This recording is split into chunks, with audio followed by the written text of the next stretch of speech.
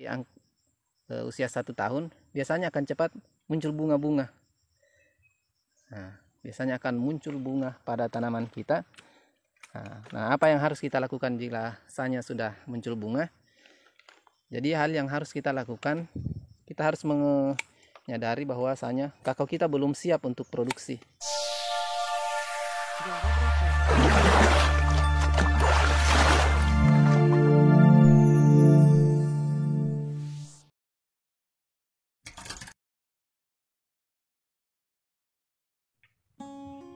Ya, assalamualaikum warahmatullahi wabarakatuh. Ya, jumpa lagi dengan sobat tani semuanya, terutama sobat tani kakao. Jadi kembali kami menyapa semua sobat tani, kemudian kita sama-sama berbagi ilmu. Mudah-mudahan ilmu yang saya dapatkan dan saya buatkan dalam bentuk video ini bisa bermanfaat buat sobat tani semua, yang intinya untuk perbaikan pertanian kita, terutama tanaman kakao. Oke, kesempatan kali ini kita akan membahas tentang bagaimana perawatan kakao yang usianya sudah masuki 1 tahun atau kurang dari 1 tahun. Jadi kita akan mengambil sampel dari tanaman penyulam ini. Jadi ikuti terus, mudah-mudahan di sini bisa bermanfaat. Kemudian bisa juga memberikan kritikan atau masukan bila saja dalam hal penyampaian kami masih ada yang kurang. Ini tujuannya semata-mata untuk kebaikan pertanian kita.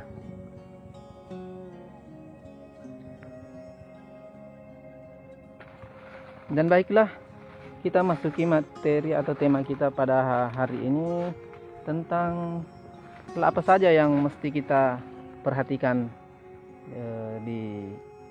terutama perawatan kakao yang usianya 1 tahun atau kurang dari 1 tahun. Jadi contoh di depan ini kami tanam bulan 1 kemarin, awal tahun. Sekarang sudah kurang lebih hampir 1 tahun lah. Jadi ini pertumbuhannya juga terbilang sangat cepat karena berada di hamparan kakao yang sudah besar, sehingga untuk pertumbuhan awalnya itu sangat baik karena dia tidak sempat mengalami stres, karena untuk bagian penaungnya untuk di awal itu sangat bagus dan kondisi tanahnya lembab sehingga proses pertumbuhan awalnya sangat baik. Jadi itu keunggulan dari hal yang pertama ini. Kemudian kita lanjut lagi masuki materi kita. Di usia 1 tahun apakah perlu tanaman kita ini diberi nutrisi lebih atau tidak? Oke, untuk pertanyaan ini, jadi pengalaman kami, dan ini sesuai dengan pengaplikasian kami di lahan kami. Jadi tanaman kakao kami ini sudah 2 kali kami berikan pupuk dalam bentuk pupuk padat, baik itu organik maupun anorganik. Jadi di awal tanam kami memang sudah memberi pupuk. Jadi bisa melihat video kami sebelumnya tentang bagaimana tata cara menanam kakao yang baik sesuai dengan SOP. Di situ kami sudah menggambarkan tentang cara pemberian pupuk awal agar itu bisa menjadi booster atau penambah tanaman untuk bisa bertumbuh lebih cepat di awal. Kemudian interval pemberian pupuk kedua ini agak lama karena kami berinya di usia 6 bulan, baru kita coba beri lagi sedikit pupuk anorganik dalam bentuk NPK. Jadi NPK ini kami bikin lubang, kemudian kita beri pupuk sesuai dengan kebutuhannya. Di sini kita beri pupuk kurang lebih sekitar 30 gram untuk di awal. Jadi itu interval selanjutnya hanya sekitar 3 bulan dan 3 bulan. Kita coba beri secara rutin. Itu untuk pemberian nutrisi pupuk untuk yang padat. Namun dari segi yang lain kami juga sering memberi nutrisi dalam bentuk cair. Jadi aplikasinya bersamaan dengan penggunaan insektisida. Biasanya interval itu kami gunakan antara 2 minggu sekali, namun pemberian pupuk cairnya itu kami selingi dari, misalnya pekan ini menggunakan campuran pupuk cair, di penyemprotan selanjutnya kami selingi dengan tidak memberi. Kemudian pemupukan selanjutnya atau pemberian insektisida selanjutnya kita campur lagi dengan menggunakan pupuk cair. Itu untuk mempercepat proses pertumbuhan tanaman, karena tanaman juga sangat cepat meresap nutrisi yang diberi, terutama pada bagian daun. Selanjutnya yang paling penting juga ini kita perhatikan adalah masalah gulma. Jadi jangan sampai gulma pada tanaman kita ini bisa mengganggu perkembangan dan pertumbuhan tanaman kakao kita. Terutama gulma-gulma yang sifatnya menjalar, itu bisa menutupi bagian tanaman kakao kita sehingga pertumbuhannya sangat susah. Jadi ini mengenai gulma, sebisa mungkin terutama di bagian kanopi daun atau batas daun ini kita bersihkan seluruhnya. Selanjutnya pemangkasan. Jadi di usia seperti ini mungkin pemangkasan itu sudah sering kita lakukan, terutama proses pemangkasan bentuk.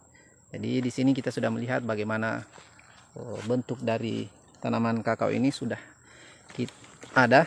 Jadi tinggal kita melepas tunas-tunas air yang ada di tanaman kita. Contoh seperti ini. Ini sebenarnya sudah lambat.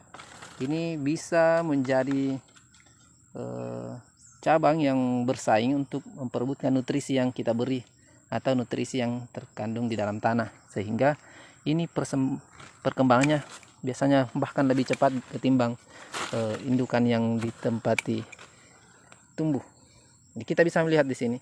Ini cabang untuk bentuknya sudah ada. Tinggal melanjutkan percabangan mana yang akan kita kembangkan. Kemudian kita perhatikan lagi mengenai daun-daun yang sudah tua, tidak apa-apa kita lepas satu persatu. Namun ini juga sangat rentan sebenarnya, karena dengan melakukan stressing seperti ini, apalagi di usia sudah masuki usia 1 tahun, biasanya akan cepat muncul bunga-bunga. Biasanya akan muncul bunga pada tanaman kita. Nah, apa yang harus kita lakukan jika misalnya sudah muncul bunga? Jadi hal yang harus kita lakukan, kita harus menyadari bahwasanya kakao kita belum siap untuk produksi. Jadi jangan kita paksakan untuk tanaman kakao kita berproduksi di usianya yang masih sangat muda.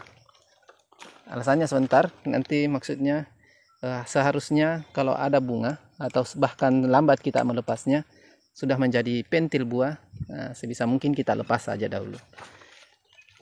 Ini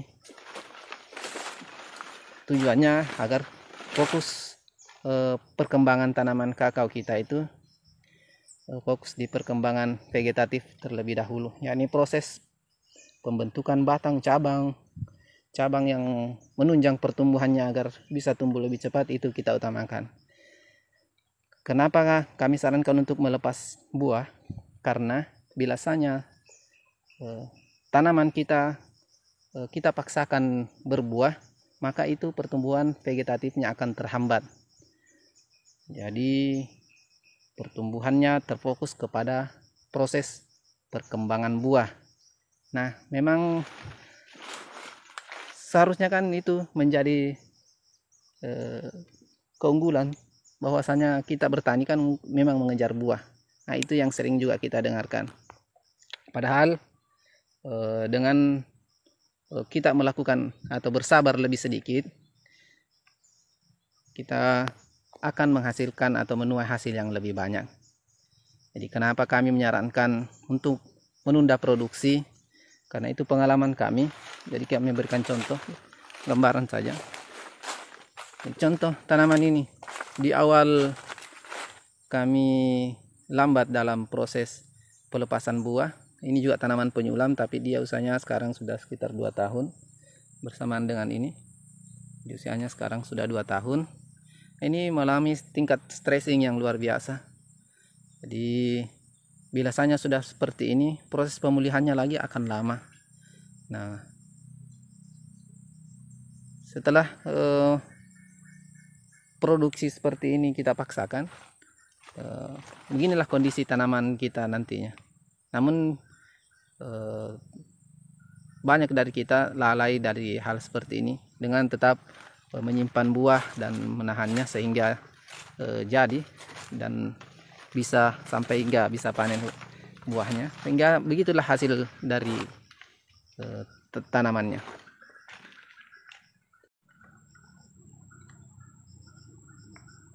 Jadi kita selanjutnya mengenai masih pemangkasan. Jadi pemangkasan selanjutnya kita tinggal menyortir cabang-cabang yang akan kita gunakan nantinya ke depan, agar percabangan itu bisa menunjang pertumbuhan daripada tanaman kakao kita, bisa menunjang daripada titik keseimbangan tanaman kakao kita, sehingga tanaman kakao kita bisa kokoh dan tahan, sehingga tidak mudah rebah.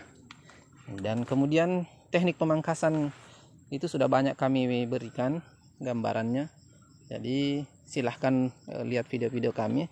Ini kita tinggal melakukan topping-topping saja, di mana jarak cabang untuk membentuk cabang baru itu terlalu jauh, kita topping supaya memancing percabangan, sehingga kita bisa menyortir cabang-cabang yang akan kita pelihara. Kita lepas semua cabang-cabang yang kiranya bisa saling menyilang nantinya, karena itu bisa berdampak daripada proses perkembangan.